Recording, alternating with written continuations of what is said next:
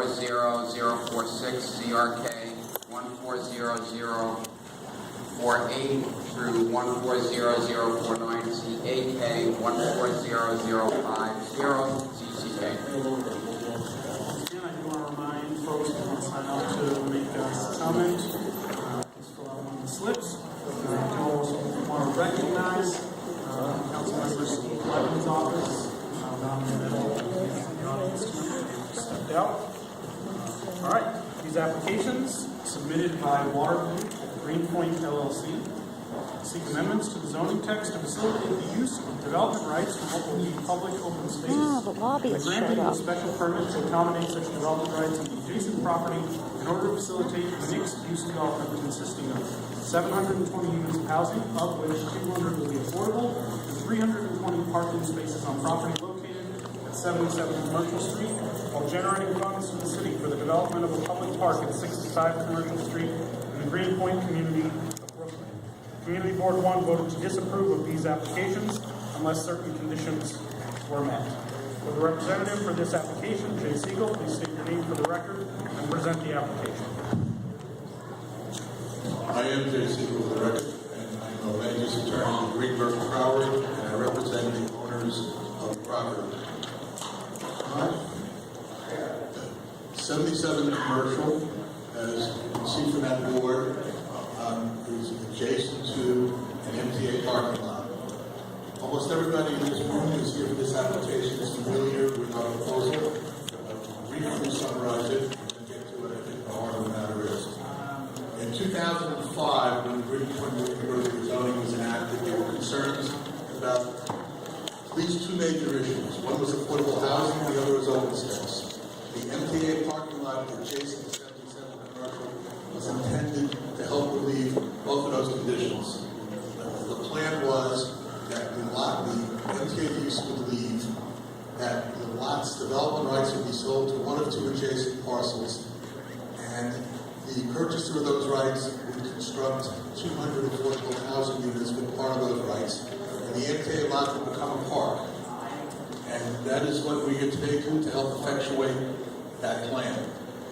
The next board is showing a site plan of what we want to do, which shows what the MTA lot will look like when it's, at least the outline will look like when the MTA leaves and it becomes a park, and it's our site plan. Next slide, the next board, John. What we would be doing when we achieve, we purchase the MTA floor area, we're in our 6th lot. And with the MTA floor area, we have the equivalent of an R8 zoning district. And so what we're asking for is heightened setback relief for us to have a building envelope similar to what an R8 property would have. We appear, okay, let's get to the heart of the matter. The next board shows what our affordable housing component was when we appeared before the community board, and as you said, they had concerns. We have 200 affordable housing units. We were taking part, we plan on taking part in the programs that are available to us as of right. Inclusionary housing and 421A. And that comprises the 200 units out of the 720 units are about 28% of the units and 26+% of the floor area. The breakdown is 72 low-income units, 108 moderate units. That's what the program requires, and we noted what the AMI levels were for those programs, and the community board expressed considerable concern about that. They felt, and you see in their resolution, that the AMI levels of low income and moderate income are too high, and they wouldn't be useful to the people of Greenpoint and others. And the resolution implores us to seek other programs, 202 senior housing, and other programs that will allow us to considerably lower the AMI. We're open to that. We would like to do it, and one thing we suggested before the community board meeting to its land use chair, Delty, was that a working group be formed with some members of the community board, and Dell said that she'd be happy to be one of those members.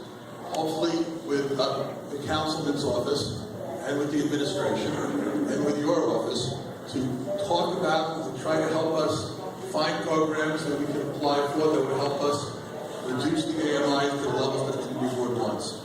And we're open to that, and we'd like to proceed vigorously with the formation of this group to result in levels as close to what the community wants as is economically feasible. That's our presentation. I'm open to your questions.